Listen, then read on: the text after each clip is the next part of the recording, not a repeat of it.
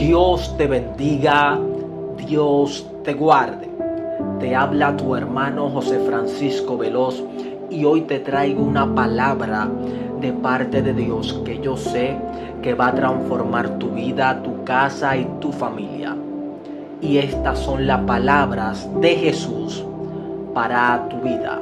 Recuerda, Dios bendice a los que confían plenamente en Él, porque ellos forman parte de su reino. Dios bendice a los que sufren, porque Él les dará consuelo. Dios bendice a los humildes, porque ellos recibirán la tierra prometida. Dios bendice a quienes desean la justicia, porque Él cumplirá sus deseos. Dios bendice a los compasivos, porque Él será compasivo con ellos. Dios bendice a quienes tienen un corazón puro, porque ellos verán a Dios. Dios bendice a los que trabajan por la paz, porque serán llamados hijos de Dios. Dios bendice a los maltratados por hacer lo correcto, porque ellos forman parte de su reino.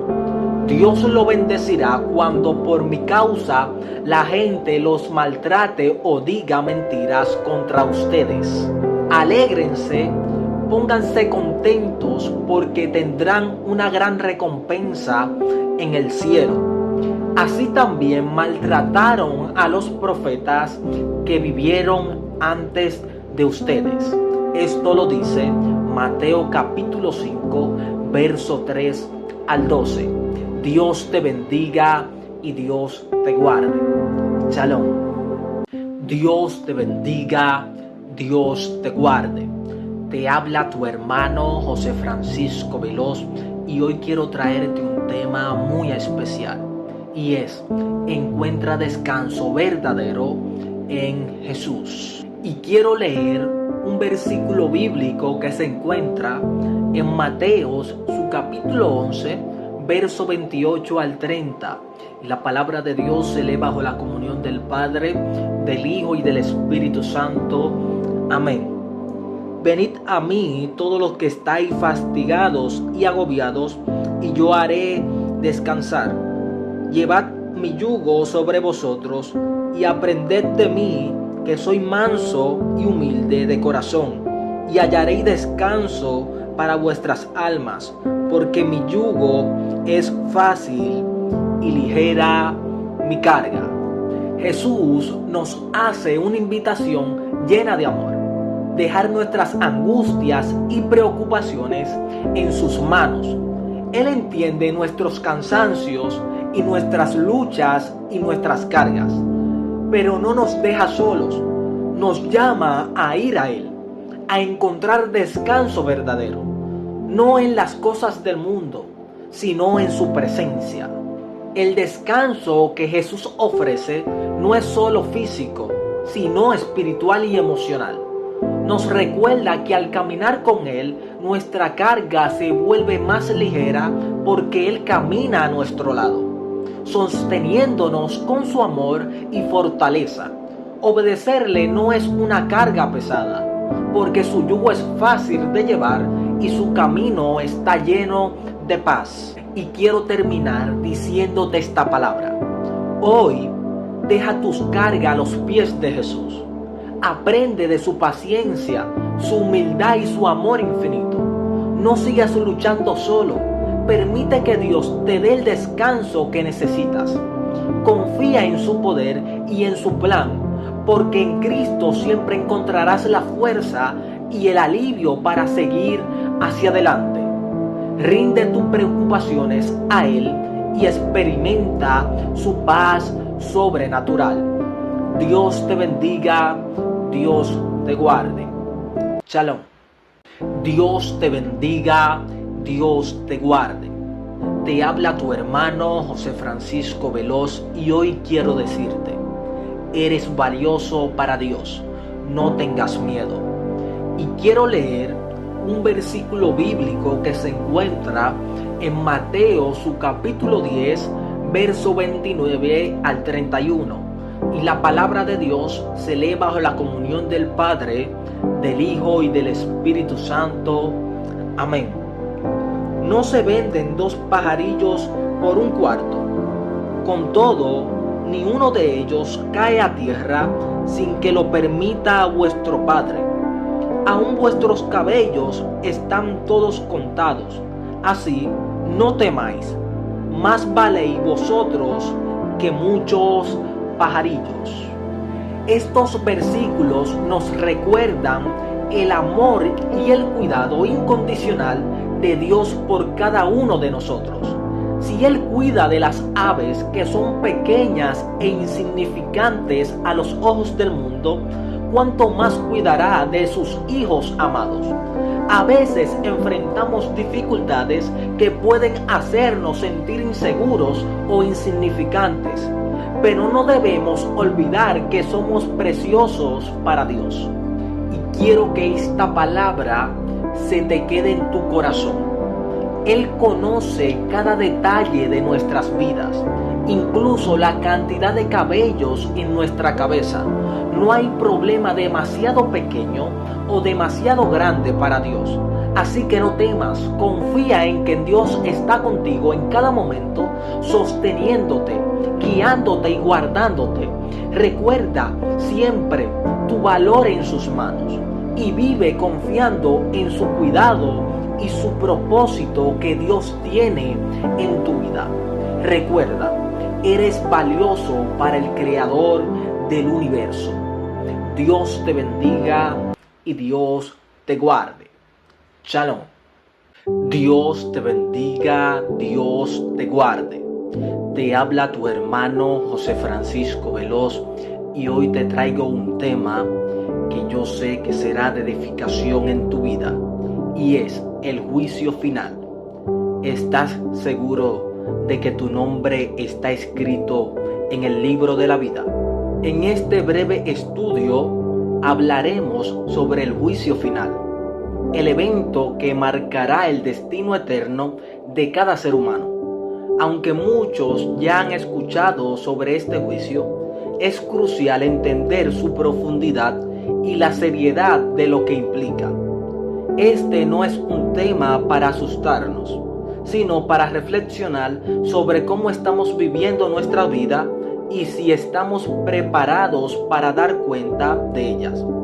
A lo largo de este video exploraremos lo que la Biblia dice acerca de este día, cómo nuestras obras y decisiones influirán a nuestro destino eterno y el llamado urgente a vivir conforme a la voluntad de Dios. El juicio final será el momento más trascendental en la historia de la humanidad, el día en que Dios revelará todo lo oculto, expondrá nuestras vidas tal y como fueron, asignará a cada uno a su destino eterno. Este es el clímax de la historia redentora, donde cada alma se presentará ante el Creador sin excusa ni justificaciones y solo la verdad quedará al descubierto. El gran día. La escena es impresionante. El cielo y la tierra se desvanecen y ante el trono blanco de Dios la humanidad entera se reúne.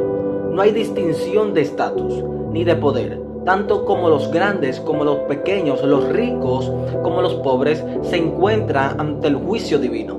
Allí no habrá escondites ni manera de evadir la mirada de aquel que lo ve todo.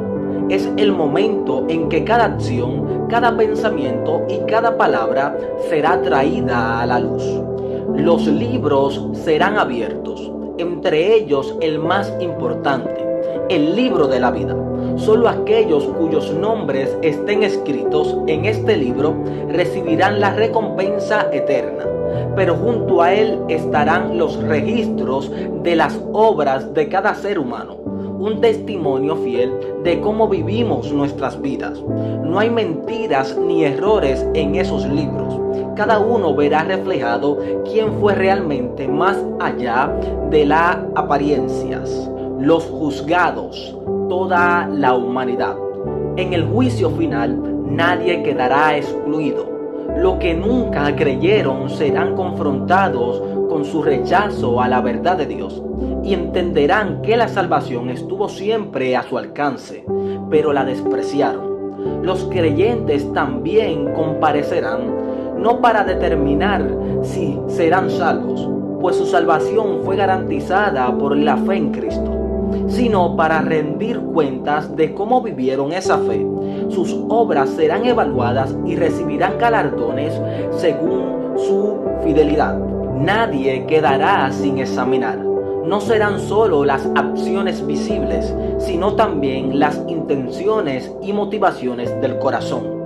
Dios no se limita a juzgar lo externo. Él discierne lo más profundo del alma. Los galardones y las coronas para los salvos. Para los que hayan permanecido fieles, el juicio final será un momento de triunfo. La Biblia menciona varias coronas que serán otorgadas como recompensas. La primera es la corona de justicia, reservada para los que vivieron en obediencia a la voluntad de Dios. La corona de vida, dada a quienes soportaron pruebas, tentaciones y permanecieron firmes en su fe. La corona incorrumpible, para los que se esforzaron para vivir una vida disciplinada y en santidad. La corona de gloria, destinada a aquellos que guiaron a otros en el camino de la fe, como líderes y pastores fieles. Estas coronas no son solo símbolos de victoria, sino también una expresión del gozo eterno que experimentarán los redimidos en la presencia de Dios. Los condenados. Para aquellos que rechazaron la gracia de Dios, el juicio final será un día de profundo lamento. Verán sus vidas y comprenderán la profundidad de sus pecados, así como las oportunidades que desperdiciaron para arrepentirse. Su destino será el castigo eterno, separados de la presencia de Dios en un lugar donde no hay consuelo ni esperanza. Este castigo no es arbitrario, es el resultado de una vida vivida en rebeldía contra Dios. Cada uno recibirá según lo que hizo, y quienes endurecieron sus corazones ante la verdad no podrán alegar ignorancia ni injusticia. El juicio final es un recordatorio solemne de que nuestras vidas tienen un propósito eterno. No es solo un evento futuro, sino una advertencia que afecta cómo vivimos hoy. Cada decisión, cada palabra y cada pensamiento está siendo registrado.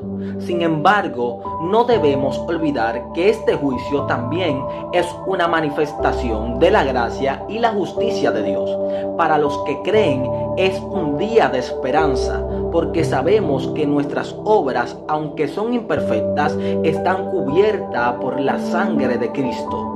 Esto no es para asustarte, ni para contarte algo nuevo. Quizás ya lo sabes, tal vez alguien te lo dijo alguna vez, o lo leíste en la Biblia, pero hoy es un recordatorio. Este mundo tiene los días contados, y Dios, en su inmenso amor, quiere que te salves. Si estás viviendo en pecado, este es el momento de apartarte. No importa cuán lejos creas que estás, Dios está dispuesto a perdonarte hoy. No esperes más, porque su gracia es un regalo que no podemos dejar pasar. Si estás firme en tu fe, no bajes la guardia, ni te confíes. Permanece fiel hasta el final, porque Dios está contigo y te fortalecerá en cada prueba. Y quiero terminar diciéndote esta palabra. El día del juicio llegará, y cuando lo haga, ya no habrá vuelta atrás. Será el momento de rendir cuentas por cada acción, cada palabra y cada pensamiento que hemos ejecutado. Así que vive con propósito. Examina tu corazón cada día y asegúrate de caminar en obediencia a Dios. Hoy es el día de decidir. El mañana puede ser demasiado tarde. Dios te está llamando ahora.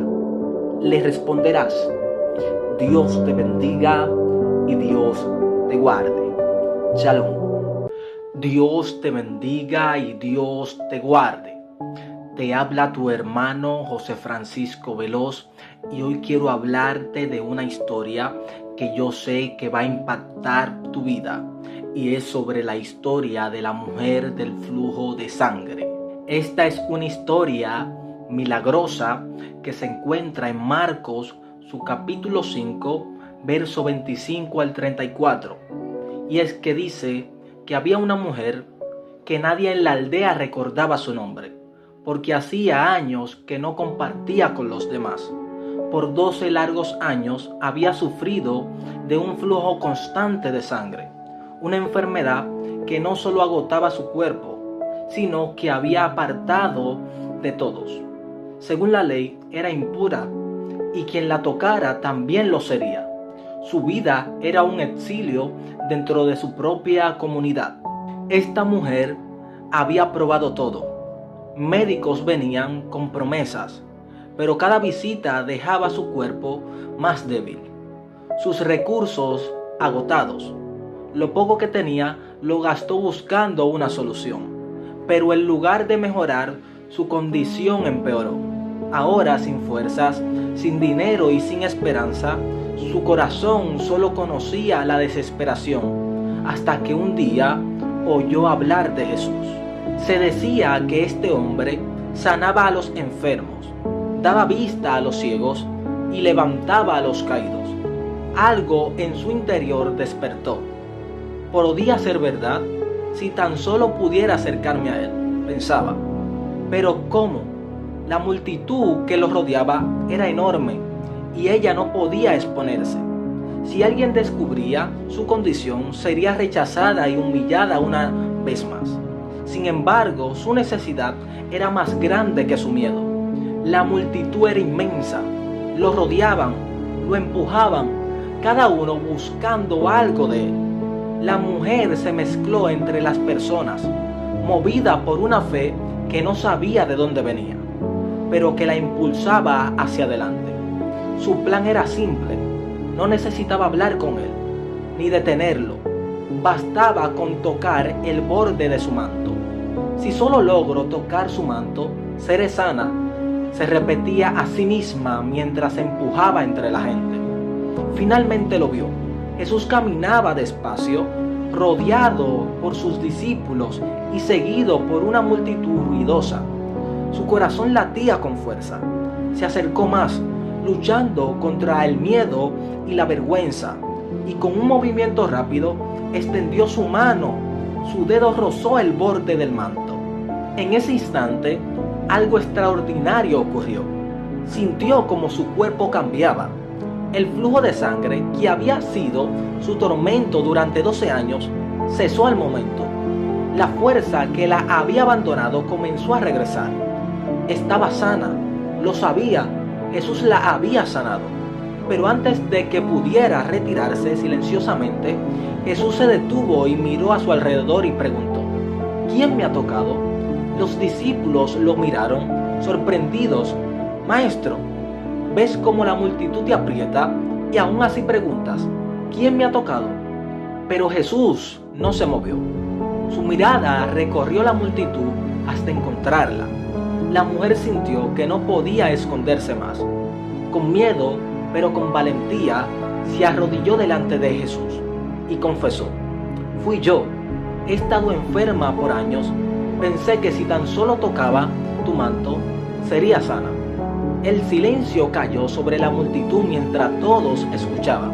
Entonces Jesús, con una voz llena de compasión, le dijo: hija, tu fe te ha salvado. Ve en paz y queda sana de tu enfermedad. Ella levantó la vista y vio algo que no había visto en años: aceptación. No solo había sido sana físicamente, había sido restaurada completamente. Su fe, pequeña pero genuina, la había llevado a Jesús y Él la había dado más de lo que ella podía imaginar: el poder de una fe genuina. La historia de esta mujer nos recuerda que no importa cuán rota o marginada esté nuestra vida, Jesús siempre está accesible para nosotros. Ella no necesitó una audiencia con Él, ni palabras elocuentes. Su fe la conectó con el poder de Dios. ¿Cuántas veces permitimos que nuestros miedos o las voces de la sociedad nos impidan acercarnos a Jesús? Esta mujer superó el miedo al rechazo porque sabía que Jesús podía darle lo que nadie más podía: sanidad y restauración. Jesús no solo sanó su cuerpo, la llamó hija. Con esa palabra le devolvió dignidad, identidad y un lugar en la familia de Dios. Hoy, si llevas años cargando un dolor, una herida o una situación que parece no tener solución, recuerda que Jesús está ahí, dispuesto a responder a tu fe. No importa cuán pequeño sea tu acto de fe, un simple toque, una oración sincera, un paso hacia Jesús puede cambiarlo todo. Y recuerda, la fe no necesita ser grande para ser efectiva, solo necesita estar depositada en el lugar correcto. Acércate a Jesús y encuentra en Él la sanidad y la restauración que tu alma necesita. Dios te bendiga y Dios te guarde. Shalom. Dios te bendiga, Dios te guarde.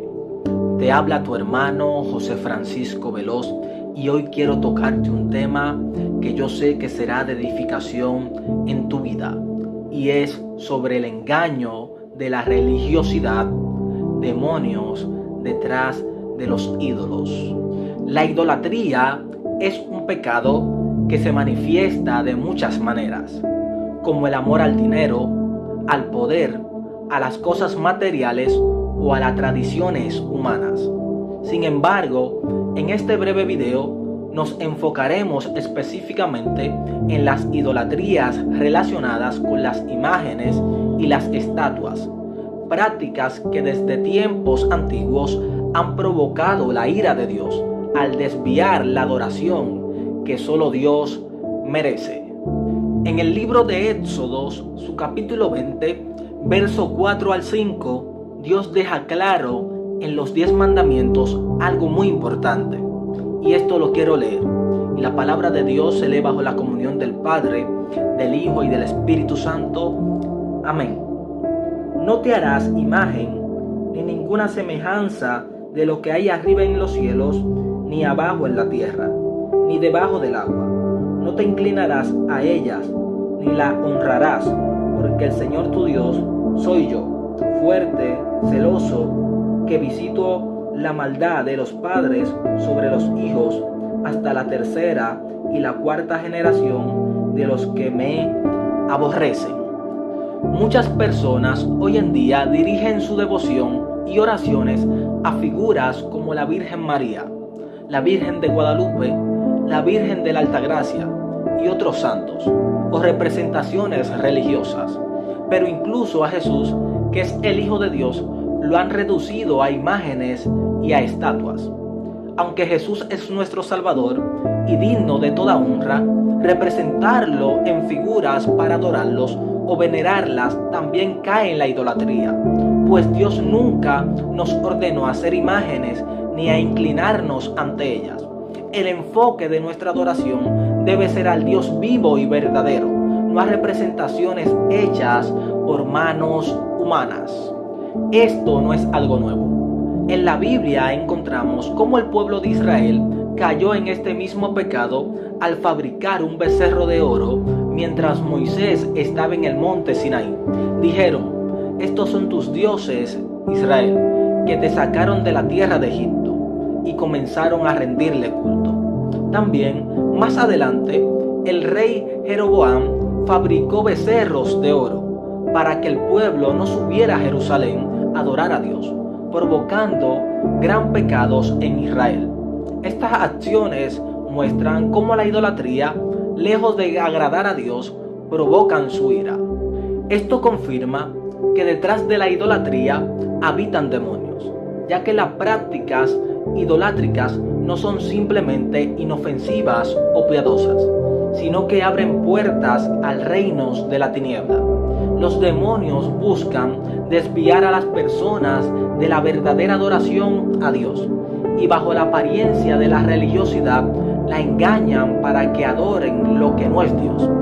Es importante señalar que estas imágenes y estatuas, además de veneradas por devotos, también son usadas por brujos y hechiceros en rituales y prácticas ocultas, dejando claro que su trasfondo no proviene de Dios, sino del enemigo. Aunque estas imágenes no tienen poder en sí mismas, al ser veneradas pueden convertirse en herramientas que los demonios usan para engañar y oprimir a quienes las adoran.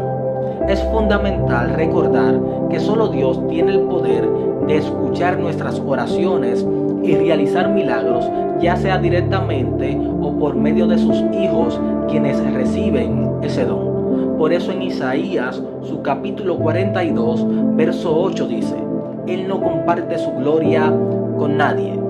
En resumen, la adoración a imágenes y a estatuas no solo es un error doctrinal, sino una forma de idolatría que roba a Dios la honra que le pertenece. Las escrituras son claras. Nuestra fe, devoción y esperanza deben estar únicamente en Dios. Las imágenes, incluso la de Jesús, son simples objetos sin vidas. Adorarla no solo deshonra a Dios, sino que expone a las personas a influencias demoníacas que buscan destruir su relación con el Señor. Solo Dios, el Creador, es digno de adoración y nuestra confianza debe estar únicamente en Él. Dios nos llama a una adoración pura, dirigida únicamente a Él, sin intermediario ni objeto que desvíe nuestra fe. La idolatría a imágenes y a estatuas no solo es un pecado que deshonra a Dios, sino que también pone en peligro nuestra relación eterna con Dios. La Biblia es clara al advertir sobre la consecuencia de este pecado. En Apocalipsis, su capítulo 22, verso 15 nos dice: Mas los perros estarán fuera, y los hechiceros y los fornicarios y los homicidas y los idólatras y todo aquel que ama y hace mentira. Esto es un llamado urgente al arrepentimiento. Dios, en su gran misericordia, ofrece perdón a quienes se arrepienten y se apartan de la idolatría, volviendo su corazón completamente a Dios. Y quiero terminar diciéndote esta palabra. Aunque el arrepentimiento es necesario, es importante recordar que Jesús es el único camino al Padre. Solo a través de Él encontraremos la salvación. A través de su sacrificio en la cruz podemos ser perdonados de nuestros pecados. Debemos apartarnos de todo lo que ocupe el lugar de Dios en nuestras vidas y poner nuestra fe en Jesucristo como el único mediador entre Dios y los hombres. Jesús es la puerta a la vida eterna y en Él debemos poner toda nuestra confianza. Dios te bendiga y Dios te guarde. Shalom. Dios te bendiga, Dios te guarde. Te habla tu hermano José Francisco Veloz y hoy quiero hablarte sobre una historia que yo sé que te va a dar una enseñanza poderosa. Y es sobre la historia del joven rico, el llamado a seguir a Jesús. Un joven se acercó a Jesús con una pregunta importante y le dijo: Maestro, ¿qué cosa buena debo hacer para tener vida eterna? Jesús le respondió: ¿por qué me pregunta qué cosa es buena? Solo Dios es bueno. Si quieres vivir de verdad, obedece los mandamientos. El joven le preguntó: ¿cuáles mandamientos? Jesús le explicó: no mates, no seas infiel en tu matrimonio, no robes, no mientas para hacerle daño a otras personas, obedece y cuida a tus padres y a tu madre, ama a los demás tanto como te amas a ti mismo. Con seguridad el joven le dijo: todos esos mandamientos lo he obedecido, ¿qué más puedo hacer? Jesús lo miró con amor y le dijo: si quieres ser perfecto, vende todo lo que tienes y repártelo entre los pobres. Así, Dios te dará un gran premio en el cielo. Luego ven y conviértete en uno de mis seguidores. El joven, al escuchar esto, se fue triste porque tenía muchas riquezas. Entonces Jesús le dijo a sus discípulos: les aseguro que es muy difícil que una persona rica entre en el reino de Dios. En realidad, es más fácil para un camello pasar por el ojo de una aguja que para una persona rica entrar en el reino de Dios. Sorprendidos, los discípulos preguntaron: entonces, ¿quién podrá salvarse? Jesús lo miró y dijo: para la gente lograr eso es imposible, pero para Dios todo es posible. La historia del joven rico nos invita a reflexionar sobre lo que realmente valoramos en la vida. Este joven cumplía con los mandamientos, pero su corazón estaba atado a sus riquezas. Cuando Jesús le pidió que dara todo para seguirlo, él no pudo hacerlo. No se trataba solo de tener cosas, sino de que esas cosas ocupaban un lugar tan central en su vida que no estaba dispuesto a renunciar a ellas por algo mucho más grande, que es el reino de Dios. Jesús nos muestra que aunque para nosotros es difícil desprendernos de lo que más amamos, con Él todo es posible. La invitación de Jesús no es un rechazo de nuestras bendiciones materiales, sino una llamada a poner a Dios en el centro de nuestra vida. Las riquezas, los logros y el éxito, aunque valiosos en este mundo, no nos darán la vida eterna ni nos llenarán de la paz que Dios solo puede ofrecernos. El joven rico pensaba que tenía todo lo que necesitaba, pero Jesús le ofreció algo mucho más valioso: un tesoro eterno. Al igual que él, muchos de nosotros nos aferramos a lo que tenemos. Tenemos miedo a perder lo que creemos que nos da seguridad. Pero Jesús nos invita a mirar más allá de lo terrenal, a buscar la verdadera riqueza en el amor, la bendición y la comunión con Él. En Mateo capítulo 6, verso 21 nos dice: donde está tu tesoro, allí estará tu corazón. Si tu corazón está puesto en las cosas de este mundo, te perderás de lo que Dios tiene preparado para ti. Pero si lo pones en Dios, encontrarás un propósito eterno, una paz que nadie puede quitarte. Hoy Jesús nos hace la misma invitación: ven y sígueme. Y yo te pregunto, ¿estás dispuesto a poner a Dios primero, dejando lo que nos impide seguirle con todo el corazón? Quiero que te hagas esa pregunta. Dios te bendiga y Dios te guarde. Shalom.